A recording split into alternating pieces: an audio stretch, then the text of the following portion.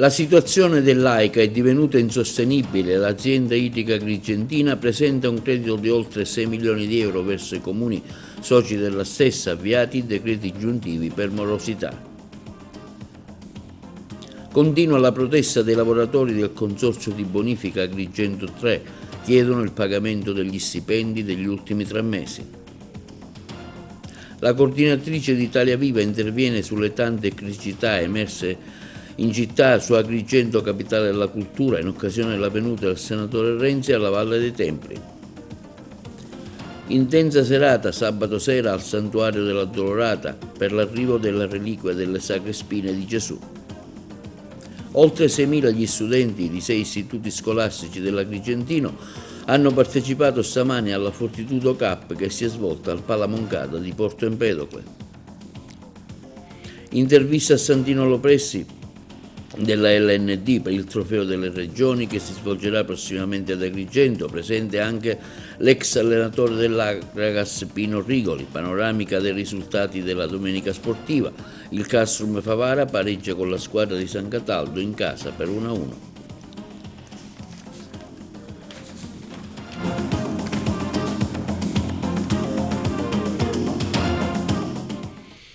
Buongiorno con l'appuntamento odierno di TV Notizie di oggi lunedì 31 marzo. La situazione finanziaria tra AICA e Comuni è diventata insostenibile. Secondo la situazione di bilancio al 31/12/2024 pubblicata dall'amministrazione AICA, i crediti vantati dall'azienda sono esigibili ed esecutivi. Il totale netto da recuperare supera 6,4 milioni di euro. Avviati i decreti ingiuntivi, il servizio.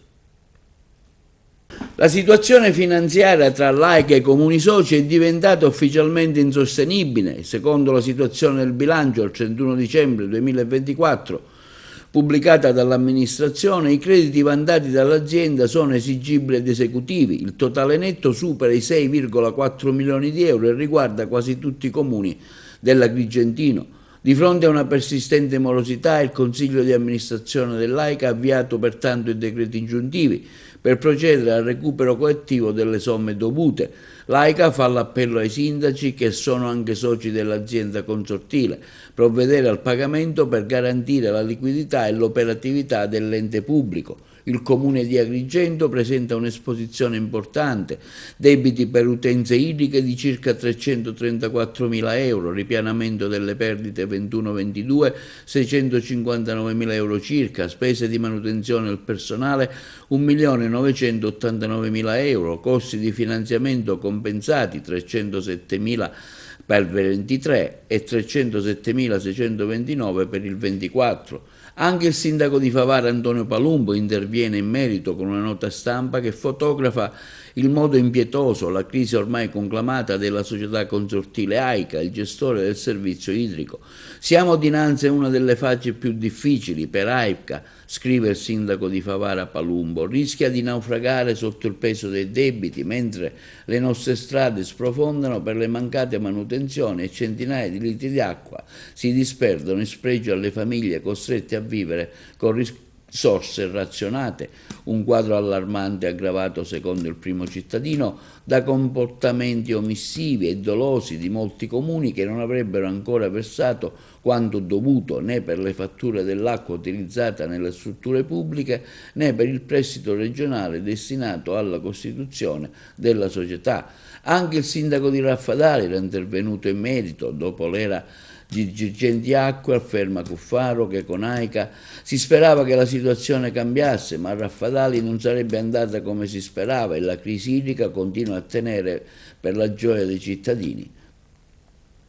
Parola di Silvio Cuffaro, il sindaco punta il dito contro AICA ricordando che l'azienda idrica dei comuni agrigentini, costituita nel luglio del 2021, avrebbe dovuto sopperire a una gestione inadempiente e fallimentare del nostro servizio idrico integrato, in primis a una società raggiunta addirittura dall'interdittiva antimafia da parte della prefettura di Agrigento, ma le aspettative, afferma Cuffaro, dopo il naturale e concesso periodo di rodaggio della nuova gestione sono state deluse dalla mancanza di una vera e propria organizzazione e risoluzione di quei problemi riconducibili tuttora a una scarsa capacità di prevenzione e costante mantenimento di una situazione di fatto non più accettabile. E continua la protesta dei lavoratori del Consorzio di Bonifica Agrigento 3 con disservizi per gli utenti. A causa di ciò si rischia il blocco dell'erogazione dell'acqua a uso agricolo e zootecnico. Il servizio. Continua la protesta dei lavoratori del Consorzio di Bonifica Agrigento 3 con disservizi per gli utenti. A causa di ciò si rischia il blocco dell'erogazione dell'acqua a uso agricolo e zootecnico per via di un malcontento dei dipendenti dovuti alla grave situazione economica in cui versano gli stessi a causa del mancato pagamento delle mensilità di gennaio, febbraio e marzo 2025. I lavoratori del Consorzio hanno comunicato nei giorni scorsi di non poter più mettere a disposizione dell'ente il proprio mezzo di trasporto per svolgere le mansioni assegnate che consentono l'erogazione dell'acqua agli agricoltori del comprensorio. I sindacati FLAI CGIL, FAI CISL e Filbiwilli affermano in una loro nota, considerato che alla data di proclamazione dello stato di agitazione avvenuta sin dal 6 marzo 2025 a oggi non abbiamo ricevuto confortanti notizie in merito alla grave situazione economico-finanziaria in cui versa l'ente, chiediamo un incontro urgente alla presenza del commissario straordinario e del direttore generale del Consorzio al fine di individuare un percorso che possa individuare delle possibili soluzioni a beneficio sia del personale dell'ente che del comparto agricolo che si avvale del servizio del Consorzio di Bonifica Agrigento 3. È chiuso stamani improvvisamente il viadotto Acragas per consentirne la bitumazione. Ciò ha colto di sorpresa molti cittadini agrigentini, causando significativi disagi alla circolazione. La chiusura di oggi è avvenuta senza alcun preavviso. Anche il sindaco Miccichè aveva espresso insoddisfazione per i gravi ritardi accumulati nei lavori di ripristino dell'importante arteria cittadina che collega i comuni di Porto Empedocle ai quartieri di Monserrato e Villa Seta. Alla recente visita del senatore Renzi ad Agrigento presso la casa di Odoros alla Valle dei Templi è intervenuta criticamente la coordinatrice agrigentina di Italia Viva, Roberta Lala, che ascoltiamo ai nostri microfoni. Avete l'occasione della città, capitale della cultura, porca miseria. Si è sprecata, Matteo. Si sta sprecando una cosa. Secondo lei cosa si poteva fare? Roberta. Allora, visto che io sono di Agrigento, io sono stata felice quando Agrigento il 31 marzo del 2023 ha vinto il titolo di capitale della cultura, grandi aspettative, significava far crescere l'intero territorio della provincia di Agrigento. Purtroppo oggi abbiamo visto che nel programma di Agrigento capitale della cultura sono stati inseriti delle feste che già c'erano. La Sagra del Mandorlo si fa da 77 anni, quindi nessuna novità, non ci sono eventi di valore che possono portare comunque le persone dall'estero o dalle altre regioni italiane a visitare Agrigento. Agrigento fino ad oggi, l'abbiamo visto anche con la Sagra del Mandorlo, ha avuto sempre un turismo tocca e fuga. Vengono, guardano la sagra, ritornano a casa, vengono i siciliani stessi. Quindi questa opportunità è stata totalmente sprecata. I fallimenti sono due. È dell'amministrazione comunale che non ha dotato con la programmazione adeguata in tempi utili la città delle strade necessarie, perché abbiamo visto in questi giorni che è chiusa la via Crone, che la città sta sprofondando perché c'è una perdita idrica, si perde il 60% di acqua per strada, ma questa cosa fa? Distrugge anche le strade perché ci sono le perdite interne.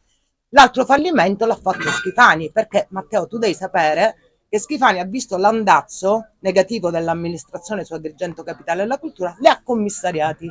Quindi si è preso in mano la situazione per non fare altrettanto nulla. Quindi Schifani ha dichiarato: se Agrigento perde questa opportunità, io mi prendo le responsabilità, perde l'intera Sicilia. Oggi ha perso Schifani, ha perso l'intera Sicilia, a breve saremo ad aprile. Io di eventi importanti che hanno visto queste città crescere non ne vedo e non penso sono una cieca, perché la città la vivo, facevo parte di questa amministrazione, mi ero complimentata col sindaco perché ad onor del vero, se uno raggiunge un buon risultato sono la prima a complimentarmi, ma purtroppo hanno fatto un grave danno di immagine. A questo punto, a mio avviso, era meglio non partecipare, perché Agrigento è una pubblicità che adesso ci riconosce tutta l'Italia e l'estero. Siamo diventati gli zimbelli d'Italia, tra gli strafalcioni, tra i tombini, tra l'estero e nei titoli dei principali quotidiani negativamente. Un'altra cosa, Matteo, una delle guide più autorevoli del mondo, parlo di guide turistiche, ha sconsigliato come meta Agrigento. È un fallimento, il presidente ha perso, questa amministrazione ha perso, e mi duole dirlo, perché la prima sarei stata io felice che questa città spiccasse il volo, e la rabbia più grande è che il potenziale che questa provincia, che questa terra, difficilmente ce l'hanno le altre regioni. Concludo ricordando le parole del mio caro presidente Mattarella quando è venuto ad Agrigento.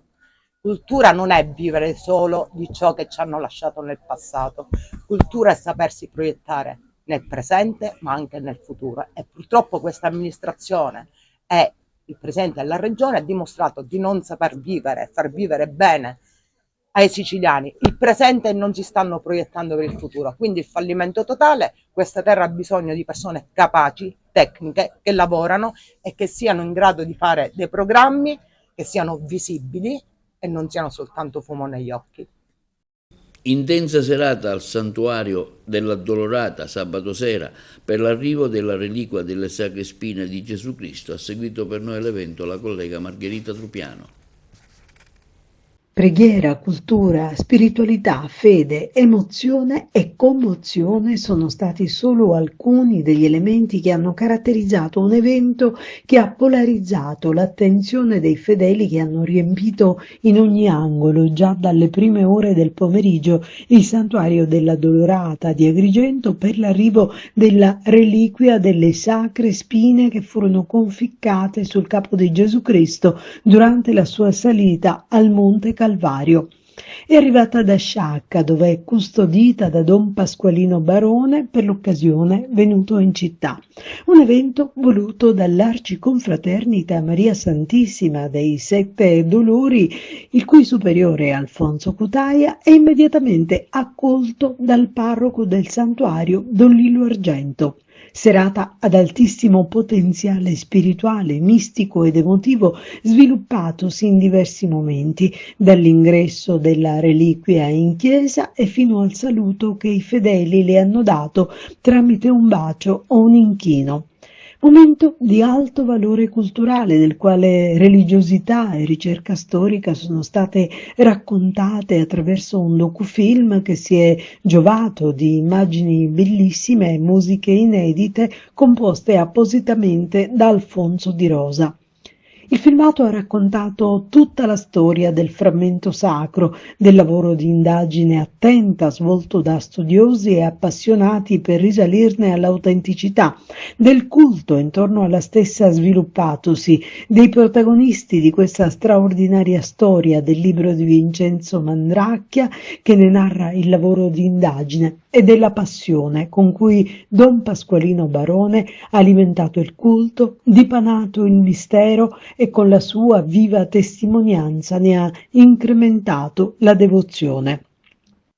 Tutto è stato concepito con attenzione massima ai particolari, e la presenza del coro Santa Cecilia, realtà di chiara fama internazionale, ha fatto in modo che le esibizioni cantate si incastonassero in maniera perfetta nella solennità della celebrazione religiosa, già a partire da quel Populus Meo in cui Gesù Cristo chiede al suo popolo cosa ti ho fatto, passando per Ave Verum di Mozart, il Crucem Tuam, lo Stabat Mater, Parce Domine, per poi concludere con un messaggio di grande speranza lanciato attraverso il Sicut Cervus e il finale Dona Nobis Pacem.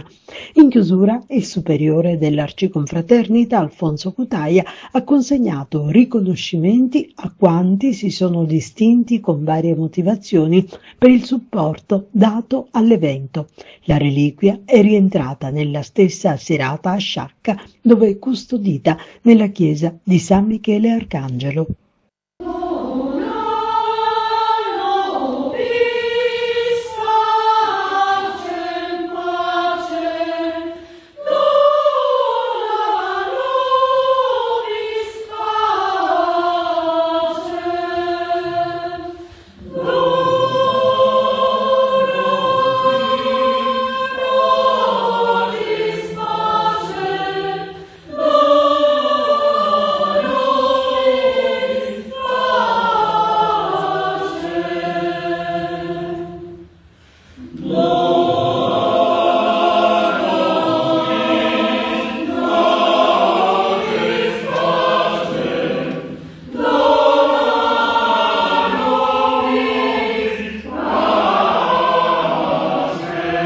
Sulla sicurezza sul lavoro in Sicilia ascoltiamo il punto di Daniele Davide, dai colleghi di Messina. Sicurezza tanto invocata in ogni ambito del lavoro, ci sono delle criticità che voi più volte avete denunciato. Pensiamo ad esempio alla cantieristica navale, dove avete avviato una vera e propria battaglia. La riduzione dei costi, la ricerca appunto del massimo profitto, e quindi ha una ricaduta inevitabile sulla sicurezza, anche perché la condizione di precarietà dei lavoratori aumenta il grado di ricattabilità e quindi la scarsa rivendicazione, la scarsa denuncia da parte degli stessi operai per paura di ritorsioni. Accanto a questo si aggiunge il dato della scarsa presenza, diciamo, degli organi di controllo, perché sono pochi, perché hanno poco personale, come hanno più volte denunciato, quindi occorrerebbe investimenti maggiori nella vigilanza, nell'attività ispettiva. E poi occorre anche un cambio di mentalità da parte di una classe imprenditoriale che non è adeguata ai tempi, che dovrebbe vedere nei lavoratori una risorsa. Secondo noi un aumento delle ore di lavoro e lo straordinario che viene utilizzato in maniera strutturale appunto ai lavoratori serve per rimpinguare un salario troppo basso, questo aumenta i rischi sulla sicurezza. Ma spesso proprio questa fame di lavoro porta lo stesso lavoratore a dover accettare anche condizioni, come voi denunciate, che sono al limite. Noi abbiamo l'urgenza di rendere liberi i lavoratori di poter denunciare se in un luogo di lavoro mancano i dispositivi di sicurezza, se ci sono elementi tossici, se si produce in modo scorretto, se sono costretti a respirare sostanze nocive. Ecco, tutto questo. Questa capacità, ecco, di esposizione, di denuncia passa dalla sicurezza di non avere ritorsioni in termini occupazionali, quindi di non essere licenziati, di non avere rappresaglie datoriali, che invece noi vediamo costantemente, spessissimo all'interno delle fabbriche. Nel momento in cui c'è una parte più sindacalizzata, più combattiva, viene repressa con provvedimenti disciplinari, addirittura licenziamenti, come abbiamo visto alla centrale elettrica, ma come abbiamo visto anche negli appalti, per esempio autostradali, dove delegati della FIOM sono stati licenziati appunto, dal nostro punto di vista per rappresaglia, perché avevano rivendicato dei diritti fondamentali. E si è svolta stamani la Fortitudo Cup presso il Pala Moncada di Porto Empedocle, che ha visto la partecipazione di oltre 3.000 studenti degli istituti partecipanti, il Politi, il Leonardo, l'Empedocle, lo Sciascia, il Crispi di Ribera e l'Archimede di Cammarata. Le interviste. Laura Vento, parliamo di questo torneo tra le scuole agrigentine della provincia, cui lei organizza sempre in maniera attenta e appassionata.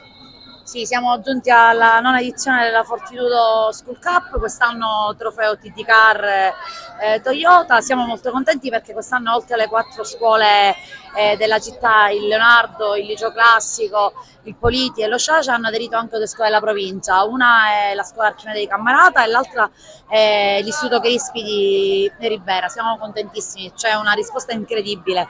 Crediamo che dall'anno prossimo il torneo diventerà su più gironi e su più giornate, perché è davvero diventata difficile la gestione unica giornata. Quello che contraddistingue questo torneo è sicuramente l'attaccamento dei ragazzi ai colori della maglia della propria scuola, il fair play e la possibilità di vivere una giornata diversa rispetto alla giornata canonica scolastica, dove è lo sport che accomuna tutti quanti i ragazzi. Anche perché molti ragazzi si avvicinano così al mondo dello sport, no? Anche alla Fortitudo, chissà, è successo magari di avere dei giovani che poi, diciamo, hanno frequentato la vostra palestra. Sì, diciamo che l'obiettivo è quello, avvicinare sicuramente i ragazzi a un ambiente sano e pulito, che è quello della pallacanestro, avvicinarli al nostro palazzetto, quindi portarli al Pala Moncada, e soprattutto si fa riconoscere la realtà della Fortitudo. Alcuni sono anche i nostri atleti, i nostri tesserati del settore giovanile,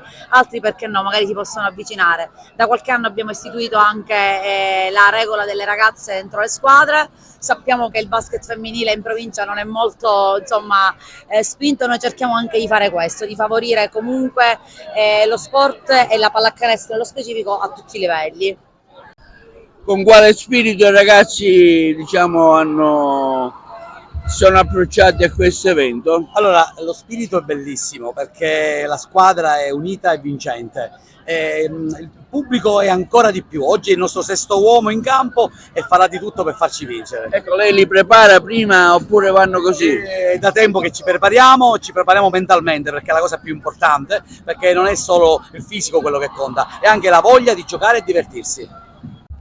Gabriele Moncada, il patron del palazzetto, della squadra. Ecco, questa è una giornata bella dove tanti giovani si approcciano al mondo dello sport e chissà, magari qualcuno potrebbe anche essere utilizzato dalla vostra Fortitudo.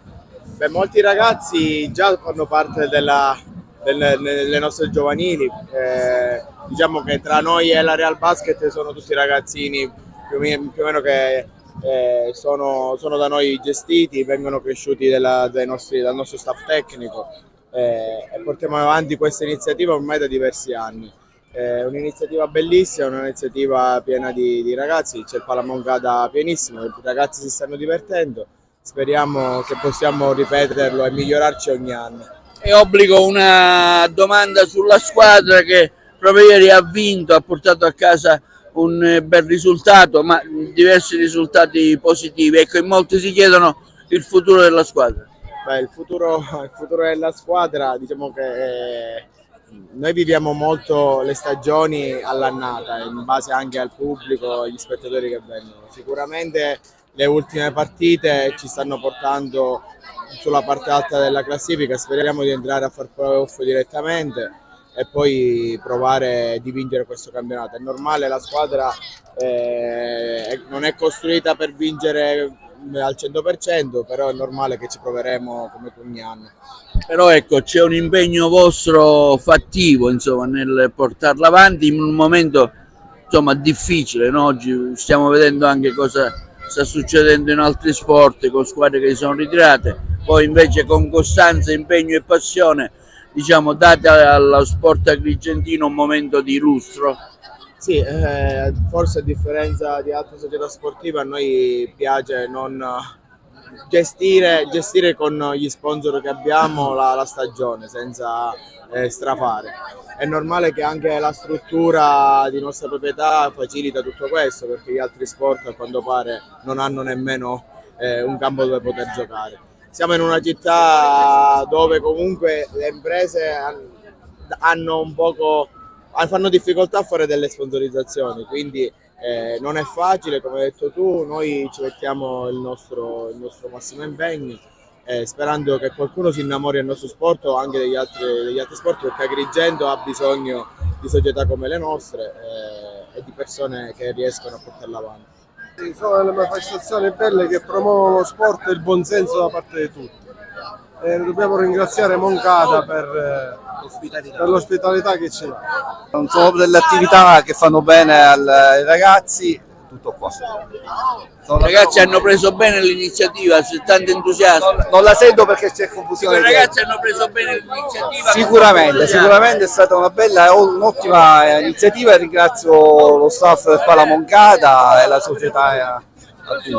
Tanto entusiasmo, i ragazzi hanno partecipato a questo evento. Bellissima manifestazione, lo sport coinvolge sempre tutti, grandi, ragazzi e tutti quanti, diventa l'attestazione, diciamo, della prevenzione più vera, perché lo sport è vita. Siamo particolarmente contenti e poi vedere il Palamoncada pieno di tutti gli istituti superiori della provincia è un grandissimo colpo d'occhio. Speriamo che vincete. Questo sempre, ce la stiamo mettendo tutta, grazie.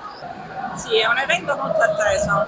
Quest'anno c'è la novità che oltre a essere l'anno scorso 4 squadre, quest'anno siamo stati invitati in 6 scuole. I ragazzi lo attendono molto, ma anche qualche collega delle altre classi, delle altre materie, man mano si sta entusiasmando. E naturalmente la preside ci tiene sempre molto. Ecco, voi li preparate ragazzi per partecipare al torneo?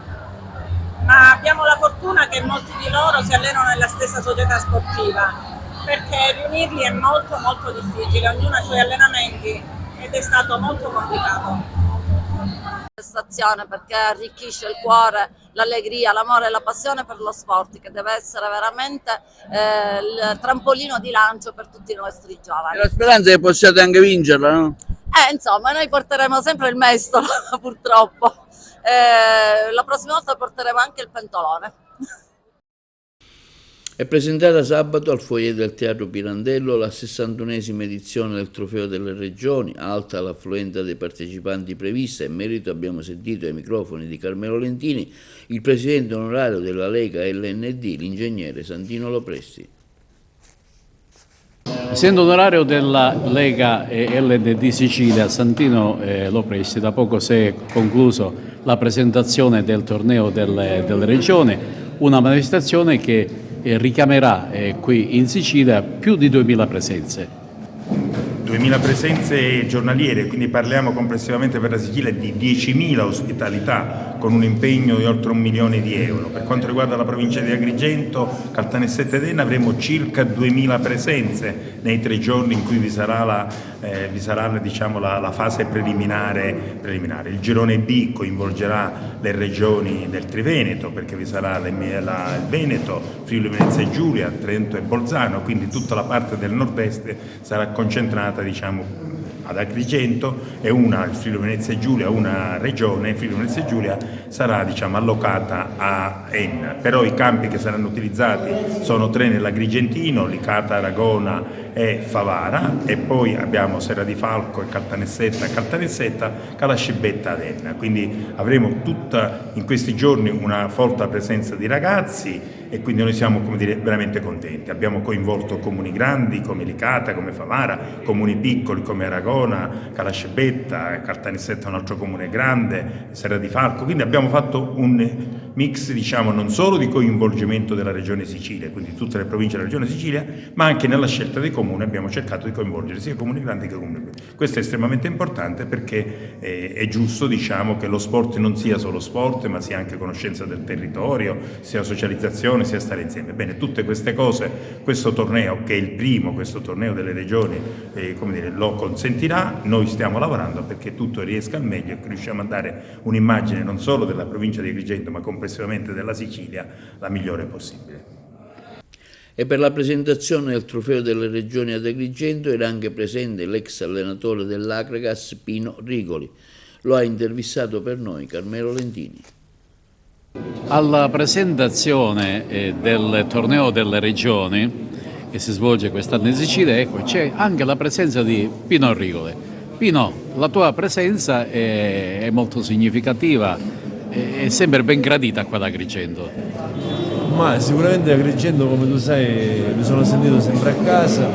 Fra le altre cose oggi, dato l'evento importante, storico, a cui faccio i complimenti a tutte le componenti della Lega Nazionale Dilettanti, con in testa il presidente Sandro Morcana, Santino Lopresti, perché è un evento storico che non è mai successo in Sicilia, quindi data la mia presenza, che c'erano queste persone, è stato principalmente per un saluto, e poi incontrare sempre amici qua ad Agrigento è sempre un grande piacere, e quindi mi auguro che questo torneo possa dare lustro a tutta la Sicilia e in particolar modo a questa nostra terra meravigliosa, che possa essere volano per tante altre manifestazioni. Purtroppo la tua Akragas non esiste più per svariati motivi sui quali noi così sorvoliamo. Che tristezza fa? Ma guarda, è un grande dispiacere, un grande dolore, anche perché ho vissuto degli anni importanti della mia storia calcistica, e inoltre il mio augurio è quello che Agrigento possa tornare di nuovo più forte di prima, perché sicuramente è un gruppo, una tifoseria importante con delle persone competenti, quindi il mio augurio è quello che possa riprendere il cammino che è stato lasciato, direi in malo modo, e che si possa ripartire più forte di prima con una solidità societaria, e non intendo solo l'aspetto economico ma anche l'aspetto organizzativo. Parte del tuo cuore è biancazzurro, mai dire mai?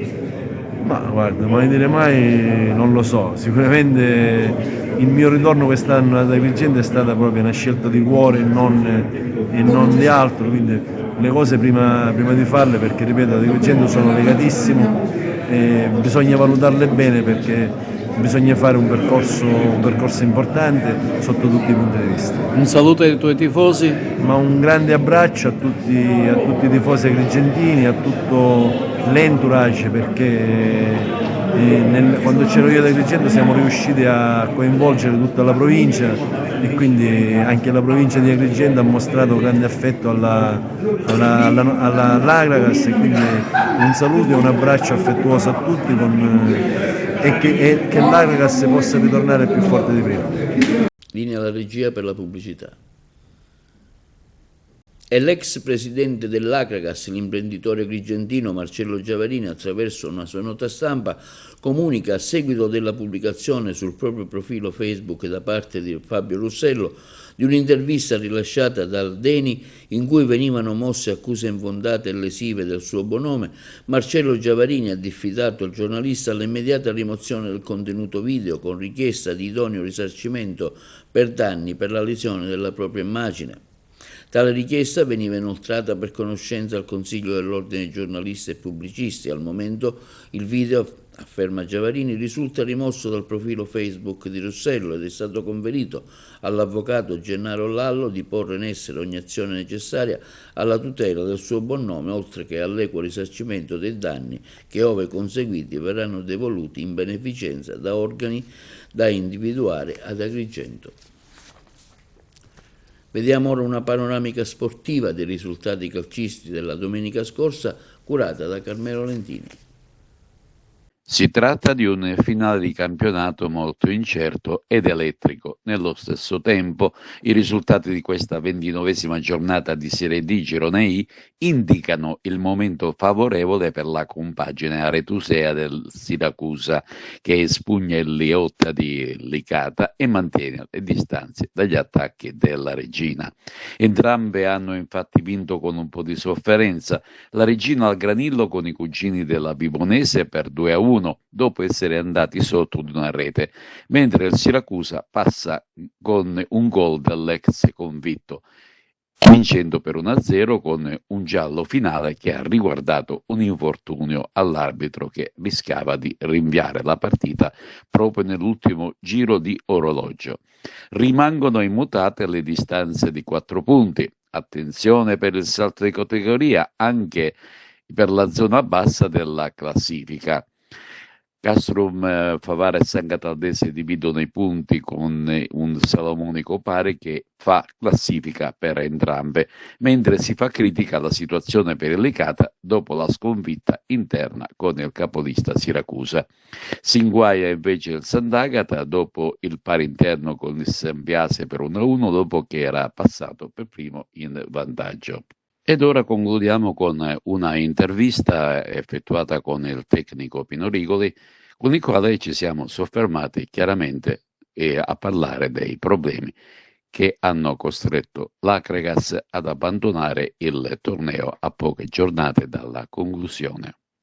Ed ora le categorie minori. È stata la giornata della svolta in eccellenza, infatti il Città di Gela frena in casa ad opera di un intraprendente Unitas Sciacca, ne approfitta l'Athletic Club Gela che passa per 0-2 a Piano degli Albanesi e a 2 giornate dalla conclusione del torneo porta a 6 i punti di distacco e domenica prossima potrebbe ottenere anticipatamente la promozione in Serie D se riuscisse a guadagnare anche un solo punto sul campo dell'Accademia Trapani.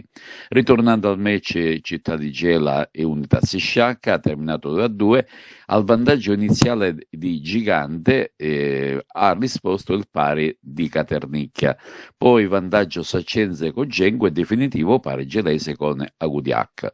Unitas Sciacca fuori dai playoff, mentre il Città di Gela dovrà attendere l'esito del girone B per conoscere l'altra finalista con cui giocare la sfida regionale.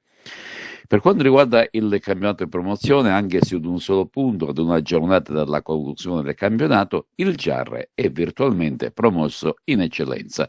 La compagine etnea di Sebi Catania domenica prossima affronterà il retrocesso San Pietro e festeggerà il ritorno in eccellenza dopo un tiratissimo testa a testa con il Camarat, con quest'ultimo destinato ai playoff. Il Giarre ha vinto 1-4 fuori casa con il Villarosa, vittoria che anticipa la festa di promozione, mentre il 4-0 del Camerati con il Belpasso mitiga l'amarezza di una promozione sfumata per mano dei cugini del Gemini. Torna alla vittoria l'Aragona del presidente Luigi Monreale, che si aggiudica il derby con i cugini del Casteltermini per 2-0. Le reti sono state segnate da Gambino e Gouillet. Bella formazione esterna anche per il Gemini per 1-2 con il riposto.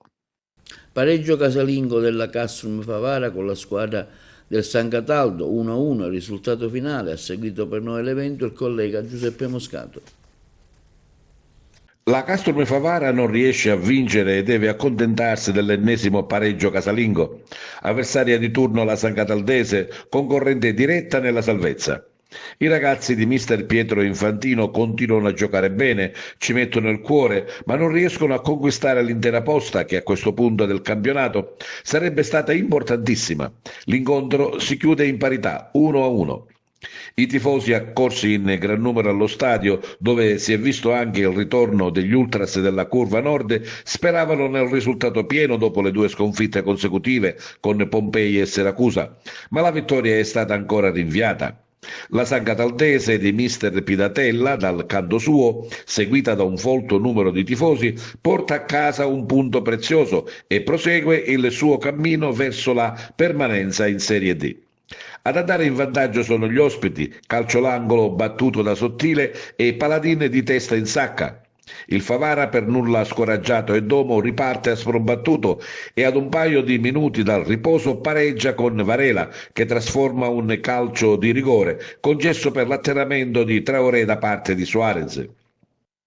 La Castrum Favara rientra in campo decisa a conquistare l'intera posta in palio con una ripresa che è stata quasi tutta di marca giallo-blu. Favara che produce una gran mole di gioco ma non riesce a trovare la via del gol. Al 72esimo è la San Cataldese a sfiorare il colpaccio. Catania, appena entrato, non realizza soltanto perché Scuffia si allunga oltre i suoi 2 metri e devia in angolo un insidioso tiro. Un punto che smuove la classifica con la Castrum Favara che mantiene ancora un leggero vantaggio con la zona play-out, ma che non può più permettersi di perdere punti preziosi e importanti in casa. Vittoria desiderata da tutti già dalla prossima gara, quella interna con la nuova Egea Virtus di domenica prossima. Ma sentiamo i commenti dei protagonisti in sala stampa. In un altro sport avreste vinto i punti. Ma il calcio, come diceva Boscov, si vince chi mette la palla dentro, credo che è l'essenza del gol. Per il primo tempo noi abbiamo stavamo 0-1, cioè un calcio d'angolo e stavamo 0-1 dopo che avevamo costruito tantissime azioni. L'arbitro è stato bravo, però ci sono delle azioni forse in aria che potevano essere diversamente, però credo che lui ha fatto un'ottima partita. A noi interessa soprattutto l'atteggiamento della nostra squadra, lo stato fisico, perché ora ad aprile il caldo si farà sentire, però sotto questo aspetto siamo sereni. Poi addirittura dentro 3 attaccanti di ruolo. Sì, abbiamo cercato di fare altre cose, perché Calogero è più un trequartista che si tira fuori. Con Vaccaro in fascia abbiamo messo questi 3 attaccanti per cercare di questa finalizzazione in area, per riempire più l'area piccola della San Cataldese, però non ci siamo riusciti, però ci abbiamo provato, questo è importante. Io ho detto ai ragazzi oggi che al di là del risultato sportivo c'era la nostra professionalità, la nostra dignità, il nostro orgoglio, e credo che questi ragazzi possono uscire a testa alta dal campo, ma non basta, perché guardate la classifica, ancora dobbiamo fare punti importanti, abbiamo degli scontri diretti e su questo lavoreremo. Dobbiamo essere equilibrati, dobbiamo essere preoccupati tra virgolette nel modo giusto. E domenica c'è il bis. Eh sì, abbiamo un'altra partita, un altro derby. Oggi Egea Virtus ha perso in casa col Pompei, che da 6 partite ne ha 25, meritatamente si sono tirati fuori, e noi adesso aspettiamo il risultato di mercoledì Locri Egea Virtus e poi affronteremo questa questa partita con la stessa mentalità, con questa voglia di vincere, con questo piglio di andare in avanti. Credo che sono contento dei due ragazzini che esordivano, nel senso, tra virgolette, Traoré e Bontà, hanno fatto una grandissima partita, e questo dà forza al gruppo, che qui non ci sono figli e figliastri, e chi merita scende in campo per un unico obiettivo, quello di mantenere la categoria in questa città. Abbiamo fatto una partita buona, abbiamo attaccato, abbiamo avuto tanta voglia di avere questi 3 punti, però ci prendiamo questo atteggiamento che è molto importante per affrontare la prossima partita. Una partita importante, dicevamo, uno scontro diretto che avete giocato a viso aperto. Certo, sì, noi, fosse la prima o l'ultima, noi dobbiamo fare la partita nel nostro DNA, quindi dobbiamo lottare fino alla fine. Questo, sai, il campionato è durissimo. Il secondo tempo, come al solito, Favara più aggressiva, più in avanti. Favara gioca sempre nella stessa maniera, non si difende, crea tantissime palle dentro, non riusciamo a sfruttare quell'occasione, anche un minimo di fortuna a volte nel calcio ci sta. Credo che alla lunga poi alla fine i conti ci daranno ragione, quindi io sono tranquillo, fiducioso, ma vorrei che ci cambiasse un po' l'aria, anche un po' di fortuna ogni tanto potrebbe farci comodo. Certo, i 3 punti oggi avrebbero fatto comodo. Assolutamente sì, anche perché non avremmo demeritato nulla togliere alla San Cataldese, una squadra di tutto rispetto, un allenatore importante, messa bene in campo, no? Sono venuti a farsi la propria partita perché chiaramente per loro come per noi era importante, l'hanno giocata, no? È stata una partita difficile, molto tattica, fisica. Ripeto, il Favara a questi punti per le vicissitudini del campionato è la squadra una spanna superiore a tante altre che stanno dietro, quindi questo pareggio ha più valore. Quindi dispiace aver preso il gol a 2 minuti dalla fine del primo tempo, perché magari sarebbe stata un'altra partita, però ritengo il risultato giusto per quello che si è fatto in campo, no? Andiamo ora a Messina. Quando sarà restaurato l'Arco di Cristo Re? Ce ne parlano i colleghi di Messina. L'Arco di Cristo Re, monumento da tutelare, da salvare, da preservare, probabilmente da valorizzare. È stato avviato un intervento in emergenza ed oggi? Oggi niente e mi dispiace aver messo anche nero su bianco, perché quando diciamo si può evitare di mettere nero su bianco vuol dire che le cose funzionano, no? Invece proprio stamattina ho presentato un'interrogazione al sindaco Basile, all'assessore Mondello che è l'assessore ai lavori pubblici, proprio per capire cosa si vuole fare dell'Arco di Cristo Re. Volevo semplicemente ricordare che è da 3 anni e mezzo, pensate un po', che questo monumento storico preziosissimo della nostra città è lì, diciamo, coperto da una rete che lo imbruttisce, e quindi è impensabile e inaccettabile in un punto nevralgico della città dove sappiamo bene è grande meta di turisti, e deve rimanere in queste condizioni.